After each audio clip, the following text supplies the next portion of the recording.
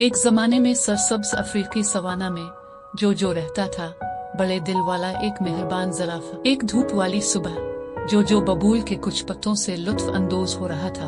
उसने दरिया के किनारे एक हलचल सुनी थी। जैसे ही जेरी वापस अपने पसंदीदा दरख्त की तरफ बढ़ रहा था, उसने एक हल्की चीख सुनी। इसने शेर का एक छोटा बच्चा एक कांटेदार झाड़ी में फंसा हुआ पाया, जो अपनी माँ से अलग था। जोजो ने एहतियात से कांटों को हटाया और बच्चा आजाद होने के बाद उसकी माँ को तलाश करने में मदद की। तलाश के बाद उन्होंने शेरनी को देखा, जो तसल्ली के साथ गरज रही थी और जोजो को झंझोड़ रही थी। जोजो को एक गर्म चमक महसूस हुई, ये जानते हुए कि उसने खानदान को दोबारा मिलाया है। अपना सफर जारी रखते हुए जोजो ने एला हाथी को देखा, जो एक कीचड़ के गले में फंस गया। एला हर जिदोजहद के साथ गहराई में डूब गई। जोजो ने खुद को गले के करीब खड़ा किया और एला को अपनी गर्दन पकड़ने की तरगीब दी। एक जोरदार खींच के साथ जोजो ने एला को कीचड़ से आजाद कर दिया। एला ने खुशी से तड़पाया और जोजो का शुक्रिया अदा किया। इसने फख्र महसूस किया, ये जानकर कि इसकी कोशिशों से फर्क पड़ा। जैसे ही रात हुई,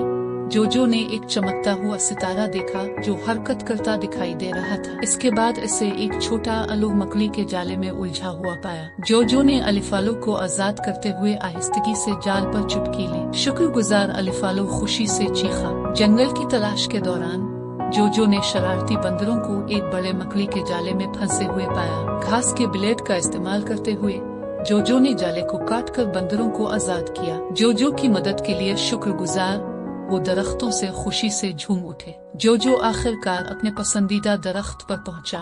उसने अपनी मुहिम जोई पर गौर किया। हर मुलाकात ने इसे सखावत और मेहरबानी का दर्स दिया था। एक मुतमईन आह के साथ जेरी किसी भी नई मुहिम जोई के लिए तैयार तारों भरे आसमान के नीचे सोने के लिए बैठ गया। दूसरों की मदद करना, उसने महसूस किया, सबसे बड़ा एडवेंचर था।